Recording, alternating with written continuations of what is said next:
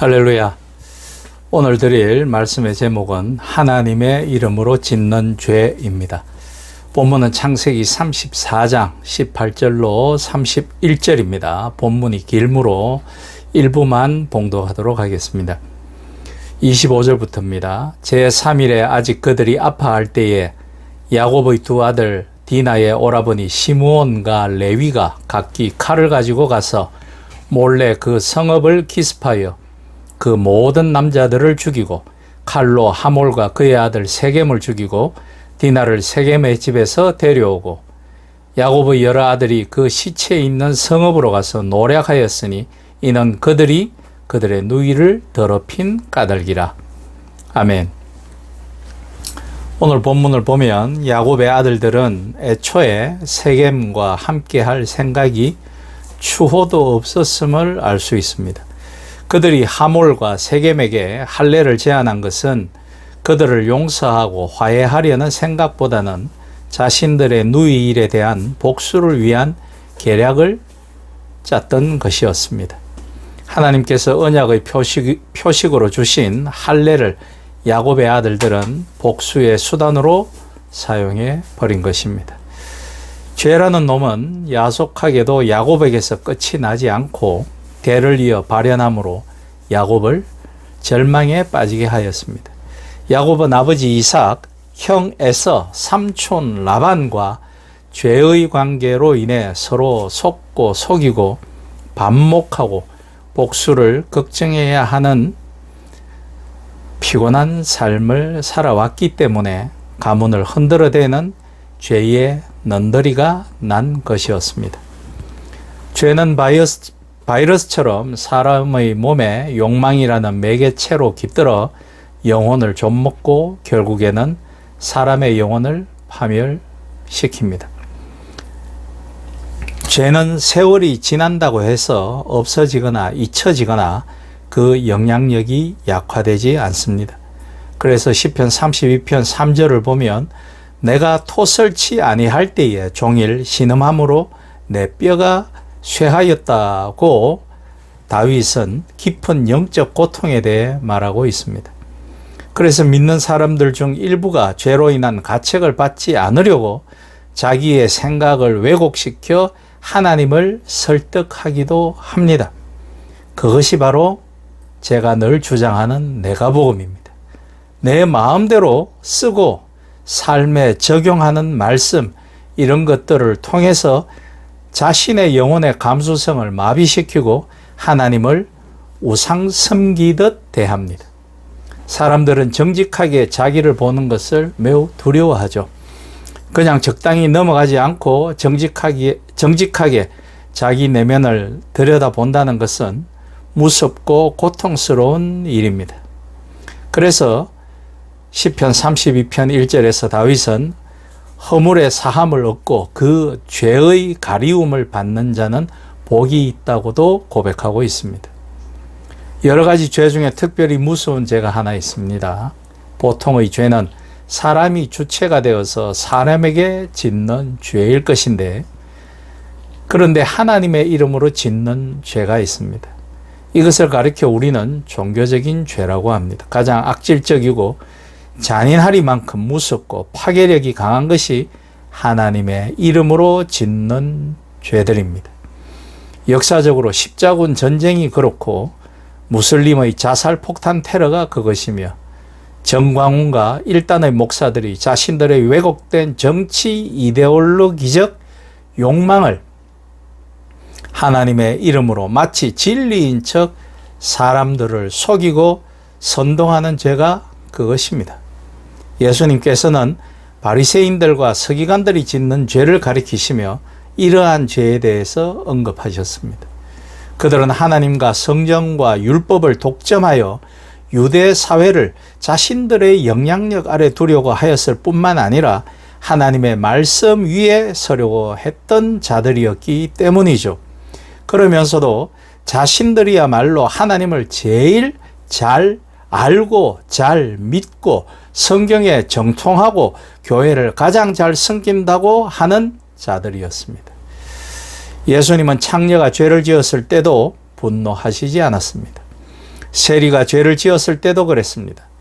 그런데 이들 바리새인들과 서기관 무리의 죄에 대해서는 주님께서는 화 있을진저라는 저주의 말을 사용하기를 주저하지 않으셨습니다. 야곱의 아들들의 죄가 바로 이런 것이었습니다. 그들은 동생 디나가 가나안 땅에 놀러 갔다가 가나안의 히위 족속 하몰의 아들 세겜에게 강간을 당했다라는 치욕스러운 소식을 듣게 됩니다. 그들은 몹시 분노하여 그들에게 복수하려고 하였습니다. 자기들의 사랑하는 여동생이 수치를 당했다는 말을 듣고 분노하고 복수심을 갖는 것은 누구에게라도 있을 수 있는 일입니다. 만약에 그것이 우리들의 일이었다면 우리들이라고 가만히 있을 수 있었겠습니까? 이런 감정을 가졌다라는 것이 잘못이라는 이야기는 아닙니다. 분노하고 복수심에 불탈 수 있습니다. 그런데 문제는 야곱의 아들들은 복수를 행하면서 하나님의 이름으로 하나님이 명하신 것을 이용해서 복수극을 저질렀다라는 데 문제가 있는 것입니다. 본문 13절을 보면 야곱의 아들들이 세겜과 그 아버지 하몰에게 속여 대답하였으니라는 말씀이 있습니다. 야곱의 딸 디나가 강간을 당했을 때 가해자인 세겜과 그 아비 하몰이 야곱의 집에 찾아와서 청혼을 합니다. 야곱의 아들들의 생각은 세겜과 하몰과는 달랐습니다. 그들에게는 사랑하는 여동생이 강간을 당했다라는 것만으로도 치욕스럽고 분노가 이는 일이었습니다. 그래서 그들은 계략을 짜서 복수하기로 결정합니다. 계략이란 일단 결혼을 승낙하는 것으로 시작합니다. 그리고 그들은 조건을 하나 덧붙입니다. 결혼을 하고 싶다면 세겜과 하몰 일족이 자기들처럼 할례를 받아야 한다라는 것입니다. 창세기 17장 10절에서 14절을 보면 너희 중 남자는 다 할례를 받으라 라고 하나님이 아브라함에게 최초로 할례를 명하신 장면이 나오죠. 야곱의 아들들은 하나님의 이 말씀을 복수에 이용하기로 한 것입니다. 지난 코로나 사태와 이번 계엄, 내란 사태 때 뿐만 아니라 자신들의 마음에 들지 않는 누군가를 헤아려 할 때 많은 교회와 목회자들이 이 형태를 취하고 있음을 우리는 기억하고 아파해야 합니다. 야곱의 아들들은 14절에서 할례 받지 아니한 사람에게 우리 누이를 줄 수 없다고 말합니다. 그리하여 하몰과 그의 아들 세겜은 야곱의 아들들의 제안을 순수하게 받아들입니다. 왜냐하면 고대의 방법으로 그것은 속죄하고 책임지는 정당한 행위였기 때문입니다. 강간한 여인을 결혼으로 책임지는 것은 20세기 중반까지도 왕왕 있었던 일입니다. 그렇기 때문에 그들은 할례를 적극적으로 받아들이기로 합니다. 세겜은 디나를 너무나 사랑하게 되어 종교적 굴레를 넘어서려고 합니다. 그는 급기야 자기 성안의 모든 남자들을 다 설득시켜서 할례를 받게 만듭니다.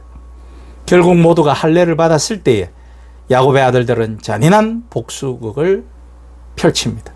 할례는 받고 나면 3일간은 너무나 고통스럽고 더구나 마취제도 통증 완화제도 없는 고대는 어떠했겠습니까?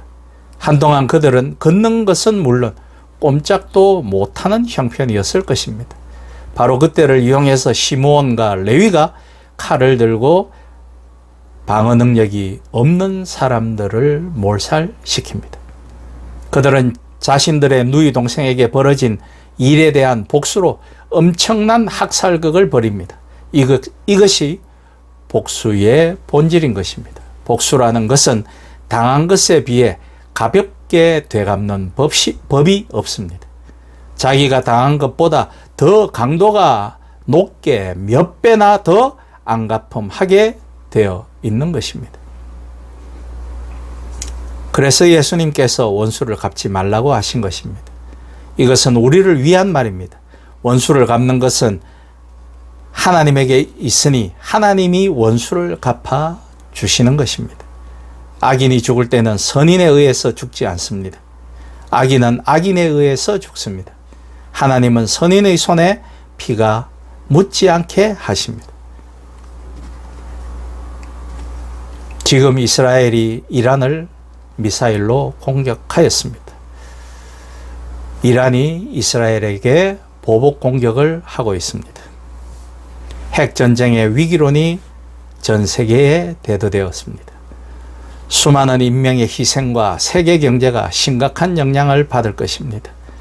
한쪽은 야훼를, 한쪽은 알라를 외치며 복수의 버튼을 서로 누를 것입니다.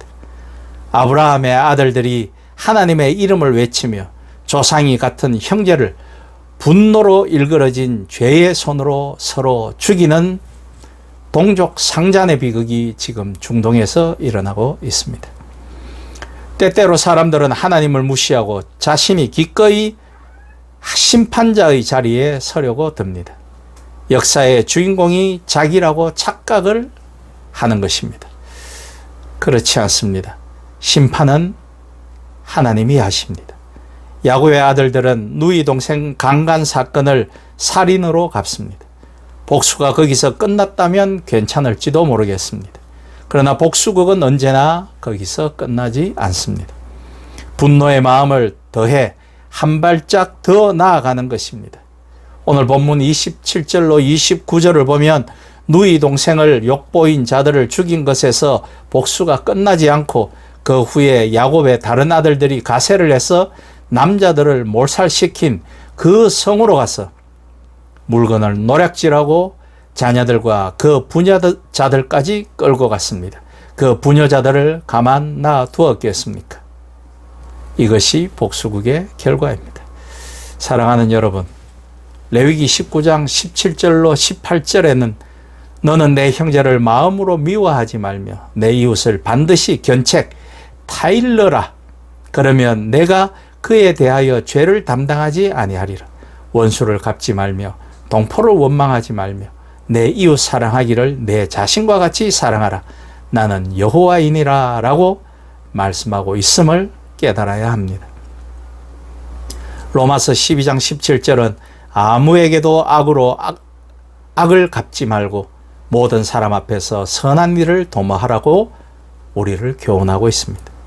우리가 생각해야 할 것은 야곱은 이런 일이 일어났을 때 아버지로서 적극적으로 나서서 책임을 지고 좋은 방법으로 문제를 해결했어야 함에도 불구하고 자기 자녀들을 비난만 한 것입니다.